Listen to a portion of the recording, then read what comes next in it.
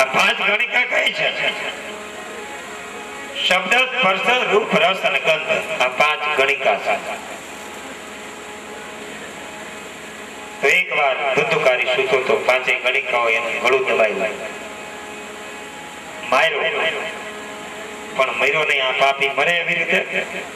પછી એના ધગધગતા અંગારા મોઢામાં નાખ્યા અને રસીથી ગળું દબાવી મહા પ્રયાણે મર્યો. માણસ ભોગવાઈ ગયો, ઋષિઓ નથી ભોગવાતા, માણસ ભોગવાઈ જાય છે. બીડી પીતા ને આપણે કઈ શું કરો છો? બીડી પીશ. અરે ભલા માણસ, તું શું બીડી ને પીતો તો બીડી તને પી જાય છે. આ બીડી તને પી જાય છે, જોતો કરો. વિષયો માણસને ભોગવી નાખે. ભરતોરી કહ્યું ને, ભોગા ને ભૂખતા હોય મેવ ભૂખતા, કાલો ને યાતો હોય દેવ યાતા. અને ધુંધુકારી મર્યો. અંતે મતિ સાગતી જેવી મતિ હોય એવી ગતિ થાય. અને ધુંધુકારી અંતે શું થયો? મહાન પ્રેત બન્યો. એક વાર ગૌકર્ણ મહારાજ રાત્રિના સમયે સુતા છે, એને ખબર પડી. અને ગૌકર્ણ મહારાજે પોતાના ભાઈ ધુંધુકારીના મૃત્યુના સમાચાર સાંભળ્યા.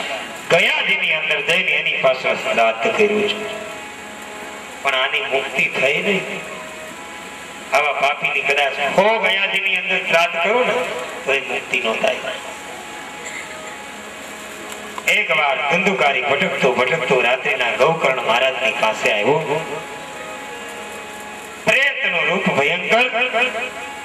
જાગ્યા ગૌકર્ણ મહારાજ, જોયું કોણ હશે આ? વિકરાળ રૂપ બદલાવતો રહ્યો વટોડિયાના રૂપમાં. અને ગૌકર્ણ મહારાજ તો યોગી છે, સાધના સાધક છે. પોતાના કમંડળમાંથી જળ લઈને છાંટ્યું. કહ્યું, મહારાજ હું તમારો ભાઈ છું. મારો ભાઈ? હા. કોણ? ધુંધુકારી. અરે ભલા માણસ તું? હા. આ પ્રેતના રૂપમાં? હા. અરે પણ મેં તો તારી પાસે ગયાજીની અંદર જઈને શ્રાદ્ધ કર્યું. અરે ભાઈ,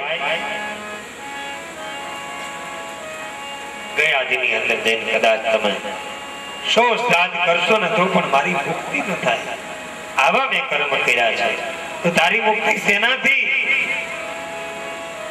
ચિંતા ન કરીશ, હું એનો પ્રયાસ કરીશ. જા. સવારે ગૌકર્ણ મહારાજ જાગ્યા,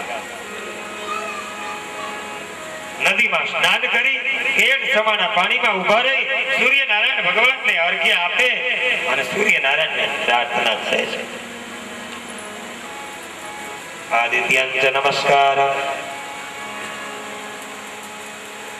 એ કુર્વન્તિ દિને દિને જન્માંતર સહસ્રેષુ દારિદ્ર્યોપજાયતે.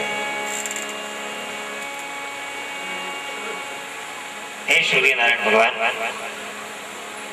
ગૌકર્ણની પ્રાર્થનાથી એક ક્ષણ માટે સૂર્યનારાયણ ભગવાને પોતાનો રથને રોક્યો. અરુણ 7 અશ્વો છે સૂર્યનારાયણના રથના.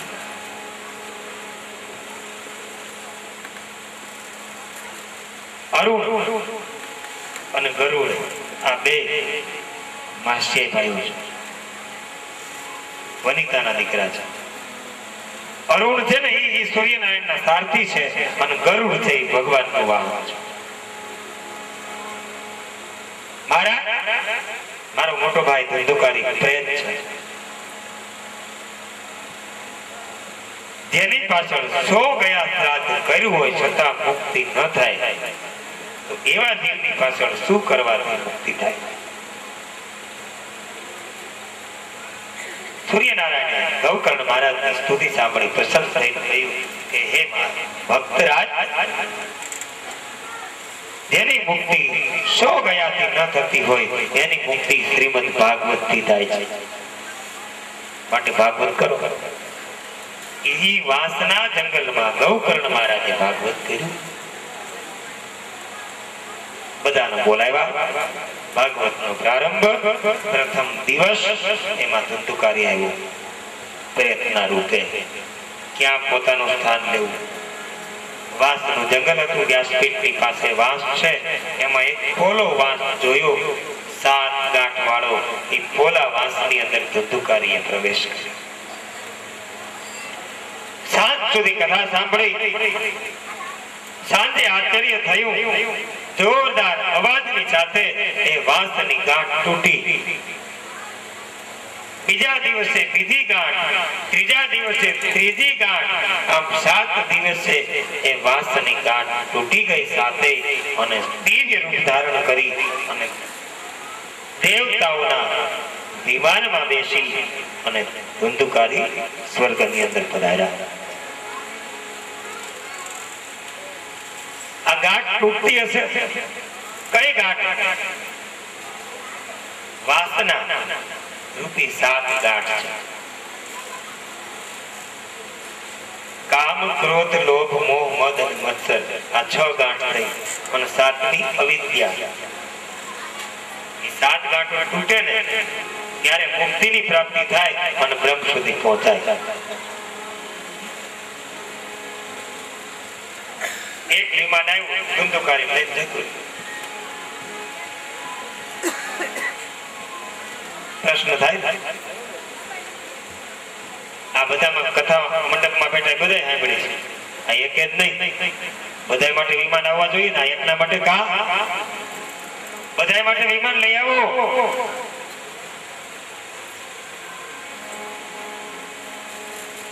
શ્રવણ ભેદે શ્રવણ ભેદ છે. ધુંધુકારીએ જે કથા સાંભળી ને એવી કથા કોઈ સાંભળી નથી આમાં બેઠા.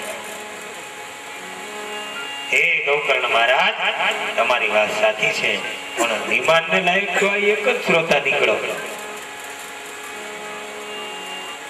ફરી વખત ગૌકર્ણ મહારાજે કથાનો પ્રારંભ કર્યો. ફરી વખત કથા કરી, પૂર્ણાહુતિ થઈ.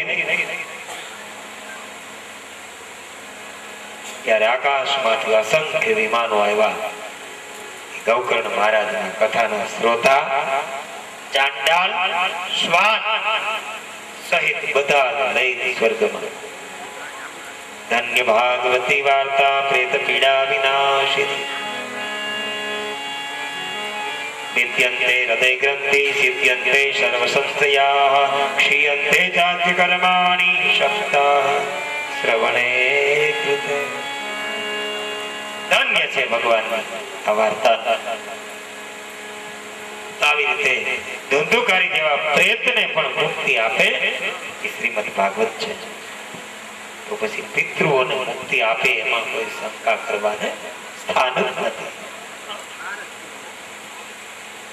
તો કેવા વક્તા હોવા જોઈએ એવો એક શ્લોકમાં વર્ણન બતાવ્યું વક્તાના ગુણો.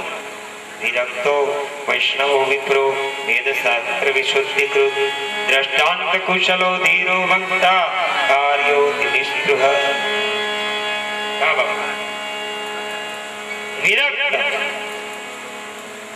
વક્તા કેવા હોવા જોઈએ કે વિરક્ત વૈષ્ણવ હોવા જોઈએ. કયો વૈષ્ણવ? નરસિંહ મહેતાનો વૈષ્ણવ, જેને 9 ને વશ કર્યા છે એ વૈષ્ણવ.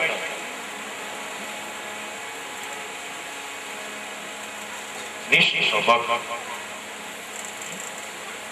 ભગવાન વિષ્ણુ નો ભક્ત, આ વૈષ્ણવ. અને વેદ શાસ્ત્રમાં પારંગત હોવા જોઈએ. ધીરતા, ગંભીરતાના ગુણો એનામાં હોવા જોઈએ.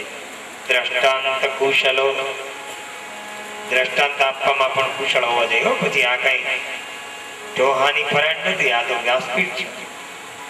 એવી તેવી વાતો અહીંથી થાય નહીં. ખોટા દ્રષ્ટાંત અહીંથી અપાતા પણ નથી. દ્રષ્ટાંત કુશલો ધીરો, એવા દ્રષ્ટાંત આપવા જોઈએ જે કથાને અનુરૂપ હોય. અને એ કેવા? અલૌકિક, લૌકિક નહીં. લૌકિક દ્રષ્ટાંત આપવાની વ્યાસજીની મનાઈ છે. લૌકિક દ્રષ્ટાંત સાંભળવા હોય ને તો લોક વાર્તા કરતા હોય ને એની સામે બેસી જવા.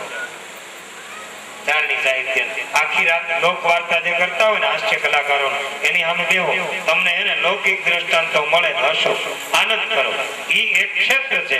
બાકી આ એક ક્ષેત્ર છે ને એ વ્યાસપીઠ છે, વ્યાસની પીઠ છે. એટલે એની પીઠની મર્યાદા છે. ઘણા મારી વ્યાસપીઠ કર્યા કરે.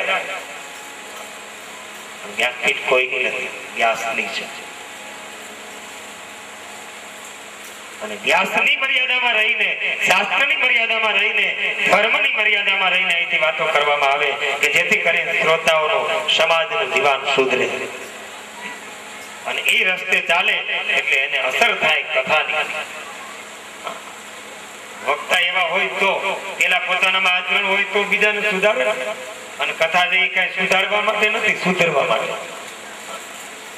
ઘણા અમને એમ કે તમે આ કથા હું કરી કેટલાકને સુધાર્યા. અમે સુધારવા નથી જતા, અમે બગડીએ નહીં ને એટલે આ કથા થાય છે. અમે બગડીએ નહીં એટલે બીજા સુધરે. એટલે વ્યાસપીઠની મર્યાદા. અલૌકિક દ્રષ્ટાંત જ આપવું, લૌકિક નહીં. વક્તા કેવા હોય? વિરક્ત હોય, આસક્ત નહીં, અતિ નિસ્પૃહ. એની પાછા અતિ નિસ્પૃહી હોવા જોઈએ. નિસ્પૃહી એટલે લાલચુ નહીં. ભાગવત છે ને વેચવાનું સાધન નથી. સમય પ્રમાણે બધું કરતા. ઘણા વક્તાઓ અત્યારે ભાવ નક્કી કરે, આટલા 1000 થાય પછી આવી આ ભાવ. આ ભગવાન છે, 1000 હાથ વાળો છે. કાલ મેં કીધું ને કે ભગવાને આમાં એનું રૂપ પધરાયું છે. આ કોણ છે? મારો ભગવાન, આપણા બધાનો ભગવાન છે. આની કિંમત કોણ આપી શકે? કોણ કિંમત કરી શકે? આની અમૂલ્ય છે. તુલસીદાસજીએ માનસની રચના કરીને તો એ કહ્યું, શાંત સુખાય રઘુનાથ ગાથા. અંતઃકરણના સુખ માટેની આ કથા છે. આ સમય પ્રમાણે પછી પાબંદી હોય છે થોડી ઘણી, એવું નથી. દક્ષિણાને નાતે લઈ શકાય, દઈ શકાય. અને આવું હું બોલું એટલે ઘણા કી જાય, માઇક વાળા ક્યાં જવું, લ્યો અમારે ક્યાં જવું, આ સંગીત વાળા ક્યાં જવું, એવું નથી. પણ સારા યજમાન હોય ને એની શ્રદ્ધા ને સારા ભાવથી કથા કરતા હોય એનું કઈ જાય જ નહીં. ઘણા કથા કરતા હોય ને પણ છેલ્લે વક્તા તો ઠીક જાતા હોય, ન જાતા હોય. પણ સુરેશભાઈ ને ધીરુભાઈ ના અનુભવ હોય છે, કેટલા દિન ઘેર જવું પડે. સંગીત વાળા અમારી ઘરે આવતા હોય. હવે દાદા ટૂંકમાં ઘણું સમજી જવાનું છે, પણ આને વેચાય નહીં. અતિ નિસ્પૃહ, દક્ષિણાના નાતે. અને ખબર જ છે યજમાન છે ને એ ભાવિક જ હોય તો જ કથા થાય. એને ખબર છે એની કિંમત શાસ્ત્રની, વક્તાની, બ્રાહ્મણોની કેટલી હોવી જોઈએ એને ખબર જ હોય. એની કિંમત કરે તો આવી રીતે આ વક્તાના ગુણ. પછી શ્રોતા હોય એક રીતે કથા સાંભળવી. આસન જીત બની 5 મિનિટમાં સમજાવી દઉં. જીવરાજ બાપા મને ભૂખ તો લાગી, 5 મિનિટમાં, કારણ કે કાલે પૂરું નહોતું થયું ને એટલે આજ કરવું પડશે. શ્રોતાઓના લક્ષણો. આસન જીત થઈને કથા. આસન જીત એટલે જે જગ્યાએ બેઠા હોય ત્યાં. જો વ્યાસપીઠ ઉપર સુખદેવજી મહારાજ બેસી ગયા ને એની સામે પરીક્ષિત બેસી ગયા, 8 દિવસ સુધી બેઠા, પછી ઉભા થયા. આસન જીત, જે આસન બેઠા ત્યાં બેસીને કથા સાંભળવી. પછી વક્તા આવે વ્યાસપીઠે, એ પેલા 5 મિનિટ અગાઉ પોતાનું આસન લઈ લેવું, અને વક્તા વ્યાસપીઠ છોડીને જાય પછી 5 મિનિટ પછી આસન છોડવું. આ નિયમ ભાગવતનો. પછી અક્રોધ શોધના, અક્રોધા શોધપરા. ક્રોધ નહીં કરવાનો, કદાચ ગમે એમ થઈ જાય. કામ, ક્રોધ, લોભ, મોહ, મદ અને મત્સર આટલાનો ત્યાગ કરવાનો. વાણીમાં સંયમ રાખવાનો, વિવેક રાખવાનો. ખોટી રીતે ક્રોધ નહીં કરવાનો. પછી ખાવામાં મર્યાદા. ઉપવાસ કરીને કથા સાંભળો. ઉપવાસ રહી ઉપવાસ ન થઈ શકે તો ફલાહાર કરીને કથા કરવી. જો હું શું બોલ્યો, ફલાહાર, ફળનો આહાર. હવે ફલાહાર માંથી અફરસ શું થયું? ફરાળ. કેટલું કરવાનું? કિલો, 1.5 કિલો, 2 કિલો નહીં, 2 થાળ. તો પછી જમી લેવાનું. તો જમીન સાંભળો તો વાંધો નહીં. સૂક્ષ્મમાં સૂક્ષ્મ તુલસીના પાંદડા ઉપર રહે ને એટલું હાલે ને. તુલસીનું પાંદડું એવું નીકળ્યું જો હમણાં, તેલના પાન હાઇબ્રિડ નીકળ્યા કરતા પાનની જેવા. તુલસીના પાનની પત્રાવળી હોય તો તમારે આ તુલસીનું છે. પણ 100 થી 150 ગ્રામ, વધીને 200 ગ્રામ, એથી વધારે કદાચ ન રહેવાતું હોય તો 250 ગ્રામ. ટૂંકમાં પાસે દૂધ પીને કથા સાંભળવી, ઘી પીને. મેં પેલા કીધું ને, હદે તો સાંભળવી. અને નહીતર આમાં છૂટ આપી કે 2 ટાઈમ ભોજન કરીને પણ કથા સાંભળવી, એ વાત મહત્વની છે. પેટ યાદ ન આવે એવી સ્થિતિ. અને પેટ કઈ સ્થિતિમાં યાદ આવે? 2 સ્થિતિમાં આવે. એક તો બહુ ભૂખ લાગે ને ત્યારે પેટ યાદ આવે. હવે આ ગોર બાપા ચોટી ગયા છે અને હનુમાન બાપાએ ગદા લીધી છે, તઈ પેટ યાદ આવે. અને બીજી કઈ બહુ ખવાઈ જાય તઈ પેટ યાદ આવે. પછી કવટામણ થાય, કાળું ભારે કરી 2 કલાક કાઢીને અઘરી કરી. એટલે આવી રીતે પછી કથાને બધાને કંકોત્રી છાપી, વક્તાને, ગામડાને બધાને આમંત્રિત કરવા. સાથે 5 બ્રાહ્મણોનું અથવા તો 3 બ્રાહ્મણોનું યા તો 2 બ્રાહ્મણોનું વરણ કરવું. પાઠક પાઠ કરે, જાપ જપ કરે. ભગવાનની પૂજા, પિતૃ દેવતાની પૂજા, 8 દિવસ સુધી કથા શ્રવણ કરવી. અંતે ભગવાન પ્રગટ થયા, પધાર્યા ચતુર્ભુજ નારાયણ. સુખદેવજીમાં સુરજી મહારાજે પ્રસન્ન થઈ અને ભગવાનને પ્રસન્ન થયેલા જોઈને કહ્યું, પ્રભુ, અત્યારે જેમ આપ પૂર્ણાહુતિના સમયે પ્રગટ થયા છો એમ દરેક કથાએ તમે હાજરી પૂર્ણાહુતિના સમયે આપજો. ભગવાન કે હું આપીશ જ, વચન આપું છું એટલે ભગવાન આવે જ છે. તો આવી રીતે પદ્મ પુરાણ અંતર્ગત 6 અધ્યાયનું આ માધ્યમ અહીં આપણે પૂર્ણ કરીએ.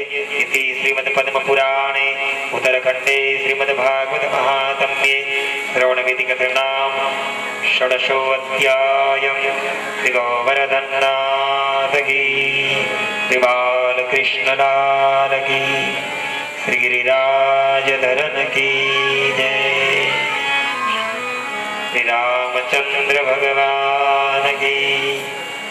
કૃષ્ણ ગોવિંદ ગોવિંદ ગોપાલા, કૃષ્ણ ગોવિંદ ગોવિંદ ગોપાલા, કૃષ્ણ ગોવિંદ ગોવિંદ ગોપાલા, કૃષ્ણ ગોવિંદ ગોવિંદ ગોપાલા.